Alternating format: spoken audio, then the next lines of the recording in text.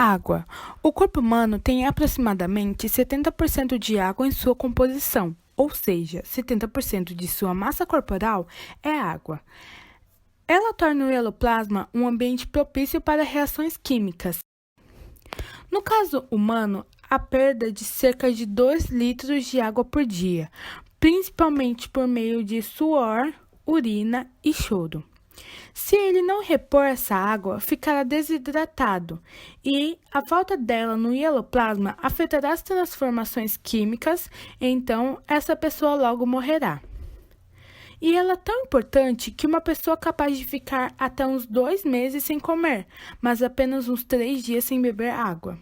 Na astronomia, considera-se habitáveis os planetas que possuem água líquida, de 0 a 100 graus Celsius, pois o eloplasma, que é uma estrutura geral das células, necessita dela. Por isso, planetas perto do Sol não são considerados habitáveis, porque possuem água no estado gasoso. Mas, como disse anteriormente, a massa corporal de um humano é aproximadamente 70% água. E os outros 30%? Esses 30% são chamados de massa seca, e metade dessa massa seca são proteínas. Proteína é um grupo molecular, macromoléculas, polímeros, que são formadas por vários aminoácidos. Se tiver menos de 100 aminoácidos, é peptídeo. Se tiver 100 ou mais, aí sim será considerada uma proteína.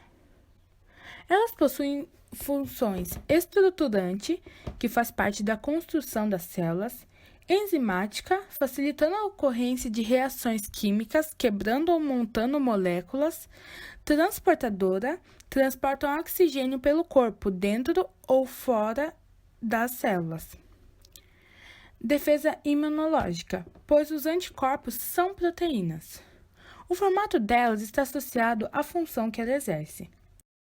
Estruturas das proteínas. Estrutura primária é a sequência exata dos aminoácidos na construção de uma proteína. Por exemplo, se eu tirar alguma letra da palavra biologia, a palavra não será mais biologia. Estrutura secundária é caracterizada por padrões regulares e repetitivos que ocorrem localmente, causada pela atração de certos átomos de aminoácidos próximos. Estrutura terciária é o formato final da proteína.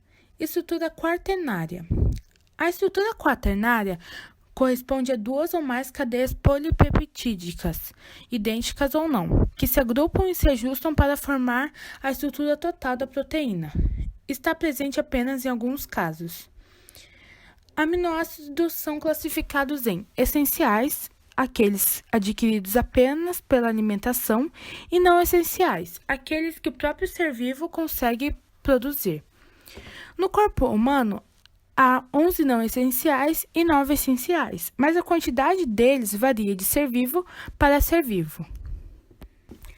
As proteínas enzimáticas aceleram reações metabólicas e têm 2 principais funções: transformar moléculas grandes em moléculas pequenas por um processo chamado de catabolismo, onde a enzima precisa se encaixar no substrato e, ao se encaixar, irá romper substâncias químicas do substrato, formando assim produtos. E também realiza o processo contrário, chamado de anabolismo, que é quando os substratos se juntam com a enzima, resultando em um produto.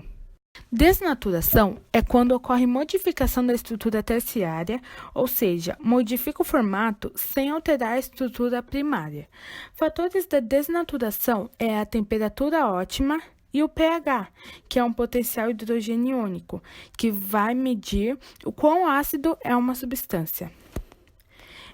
Eles, quando ficam muito distantes do ótimo, não voltam mais ao seu formato original, lembrando que elas também variam de acordo com o ser vivo. Carboidrato. Carboidrato é um grupo molecular chamado também de glicídios. O maior responsável pela produção dele é a fotossíntese. Como nós, humanos, não realizamos a fotossíntese, então temos que comer quem faz. Elas são divididas em monossacarídeos, como a glicose, disacarídeos, como a sacarose, e em polissacarídeos. Polissacarídeos podem ser energéticos de dois tipos, vegetais e animais. Nos vegetais, o amido representa a função de reserva e é encontrado em raízes, caules e folhas. Nos animais, o glicogênio realiza a função de reserva e é armazenado nos músculos e no fígado dos animais. Os polissacarídeos também podem ser estruturais, como a celulose, que é a composição da parede celular muito abundante em células na natureza. Ela é a famosa fibra alimentar, a qual auxilia o fluxo intestinal humano. E como a quitina, que está presente na parede celular dos fungos e no exoesqueleto dos artrópodes.